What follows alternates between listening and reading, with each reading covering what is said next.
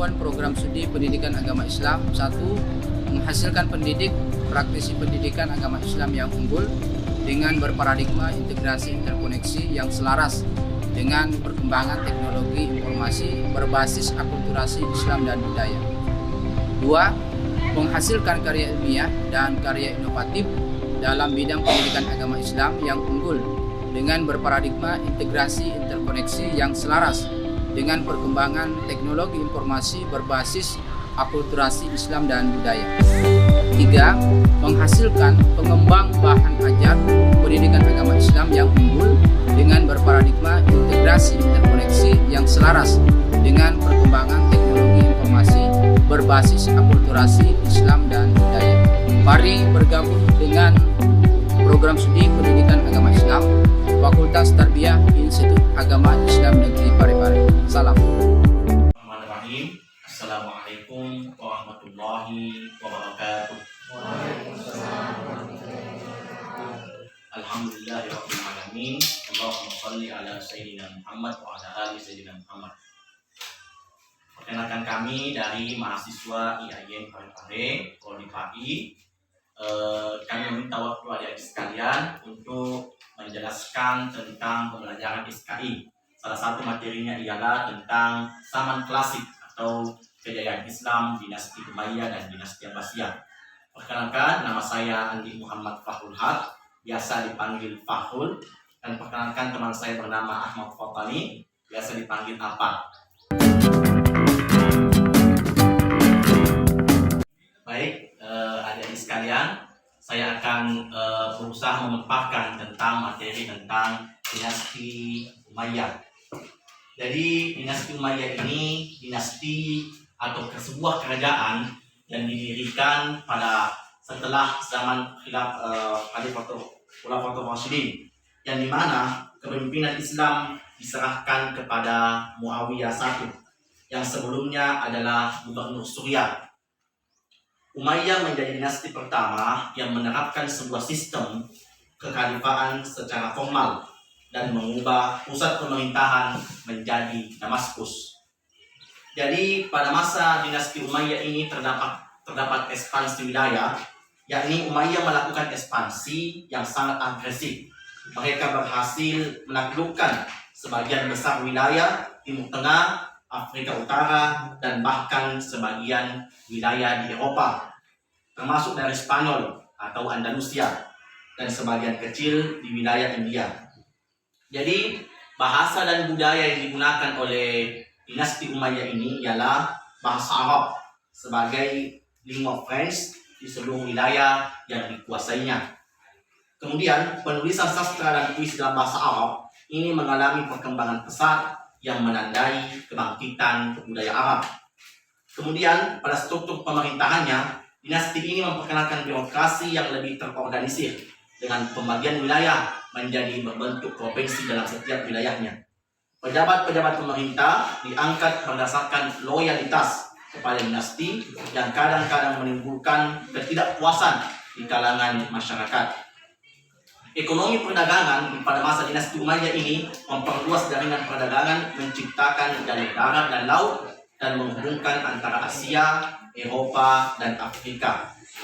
Dan kejatuhan dinasti Umayyah mengalami berbagai konflik internal, termasuk perpecahan antara kelompok Arab dan non-Arab, serta ketidakpuasan masyarakat terhadap pajak yang tinggi. Pemberontakan seperti pemberontakan Abu Muslim di Persia menyebabkan melemahnya kekuasaan dinasti Umayyah. Pada tahun 750 Masehi, dinasti Abbasiyah berhasil menggulingkan Umayyah dalam pertempuran Saf, mengakhirkan kekuasaan mereka. Baik, untuk materi selanjutnya tentang dinasti Abbasiyah akan dijelaskan oleh sahabat saya, yaitu Ahmad Fathani. A few moments later. Baik, bismillahirrahmanirrahim. Assalamualaikum warahmatullahi wabarakatuh. Jadi kali ini saya akan menjelaskan tentang apa itu dinasti Abbasiyah. Jadi dinasti Abbasiyah itu berdirinya itu tahun 750 Masehi. Kalian tahu siapa yang mendirikan dinasti Abbasiyah ini? Ada yang tahu di sini? Tidak ada ya.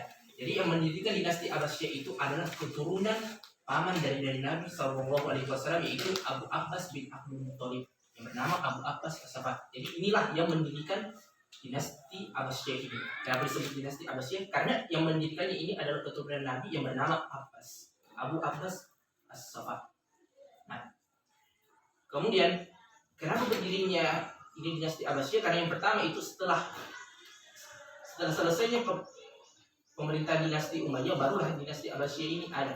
Lalu kemudian kota pemerintahannya itu yang awalnya dari Damaskus kemudian dipindahkan ke Baghdad. Nah, untuk di zaman keemasannya itu ada beberapa hal. Dari yang pertama itu adalah kejayaan budaya dan ilmu pengetahuan.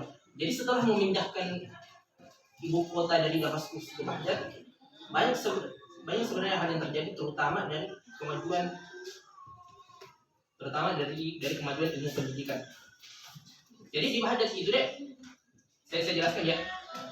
Ada satu tempat yang memang tempat ini bisa dibilang pusat perpustakaan inilah, atau pusat kajian ilmu pendidikan, yang dimana buku-buku yang memang dari bahasa Yunani, India, Persia, kemudian terjemahkan ke dalam bahasa Arab oleh ilmuwan-ilmuwan yang sangat terkenal. Nah, salah satu di antaranya itu banyak sekali tokoh-tokoh pendidikan di dinasti Abbasiyah, terutama di matematika. Saya tanya kepada kalian adik-adik, kalian belajar tentang aljabar gak? Belajar gak? Tidak kan? Ada yang tahu siapa penciptanya? Jadi yang penciptanya dia ini adalah Al-Khawarizmi. Jadi dialah yang menciptakan sistem tentang aljabar ini. Nah, jadi selain Al-Khawarizmi ada juga Ibnu Sina, yang dimana Ibnu Sina ini adalah salah satu dokter yang sangat dikenal oleh seluruh dunia pada masa itu. Karena kenapa? Dia menulis salah satu buku yang memang menjelaskan tentang semua berbagai macam penyakit dan juga obatnya. Kalau ditanya soal kanker, ada juga. Kalau ditanya soal obatnya, ada juga. Jadi intinya deh, buku yang ditulis oleh Ibnu Sina itu adalah Kanun Al-Bait. Jadi itulah buku yang bisa dikatakan sudah menjadi rujukan dari dokter di seluruh dunia pada masa itu.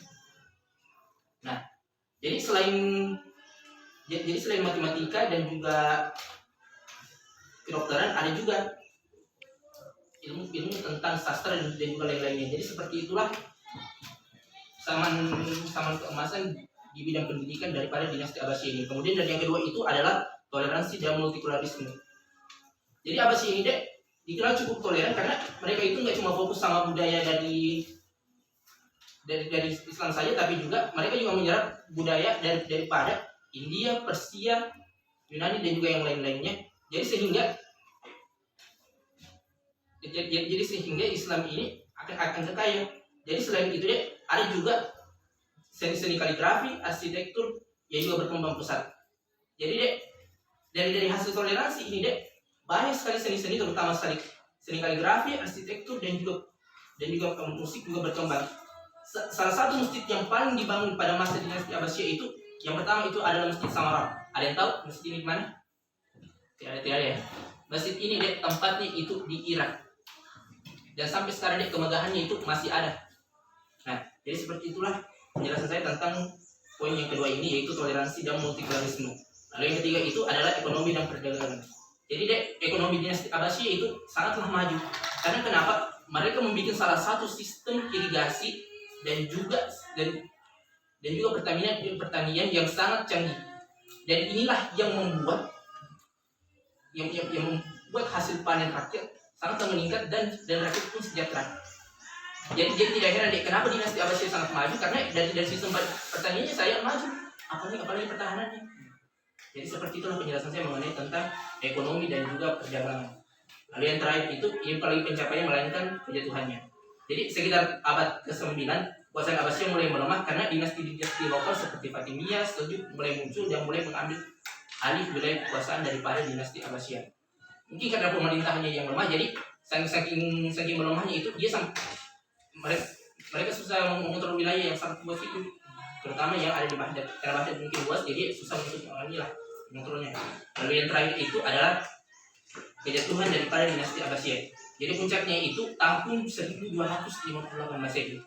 Setelah pasukan Umayyah mulai menyerang dan menghancurkan dan membunuh orang-orang yang ada di Baghdad, sekaligus juga mereka juga membunuh orang-orang ilmu ilmuwan yang ada di sana, maka berakhirlah dinasti Abbasiyah ini deh. Nah jadi seperti itu untuk penjelasan singkat mengenai tentang dinasti Abbasiyah. Jadi di baratnya jadi Abbasiyah itu memang punya masa kemasan, tapi pada akhirnya akan runtuh juga dan karena nggak bisa mempertahankan kekuasaannya. Jadi seperti itulah deh penjelasan saya mengenai tentang dinasti Abbasiyah ini. Sekian dan assalamualaikum warahmatullahi wabarakatuh. 2 hours later. Baik, kesimpulan dari materi kami yaitu periode klasik Islam yang ditandai oleh dinasti Umayyah dan dinasti Abbasiyah merupakan era kejayaan yang sangat berpengaruh dalam sejarah. Dinasti Umayyah memperkenalkan ekspansi teritorial yang luas dan memantapkan bahasa Arab sebagai alat komunikasi. Sementara dinasti Abbasiyah menandai puncak budaya dan ilmu pengetahuan dengan pusat intelektual yang ada di Baghdad. Kedua dinasti ini meskipun menghadapi tantangan dan akhirnya mengalami kejatuhan, meninggalkan warisan yang mendalam, memengaruhi perkembangan kebudayaan, ilmu pengetahuan, dan perdagangan di dunia Islam serta di seluruh dunia. Warisan ini terus memberikan dampak hingga saat ini, menciptakan landasan bagi kemajuan dalam berbagai bidang. Terima kasih atas waktu yang diberikan oleh adik-adik sekalian. Mohon maaf apabila ada kekurangan dari perkataan kami. Jazakumullah khairal jasa. Wallahu muwaffiq ila aqwamit thoriq. Assalamualaikum warahmatullahi wabarakatuh. One eternity later. YN Pare-Pare Berjuang dalam Islam, berjuang dalam iman.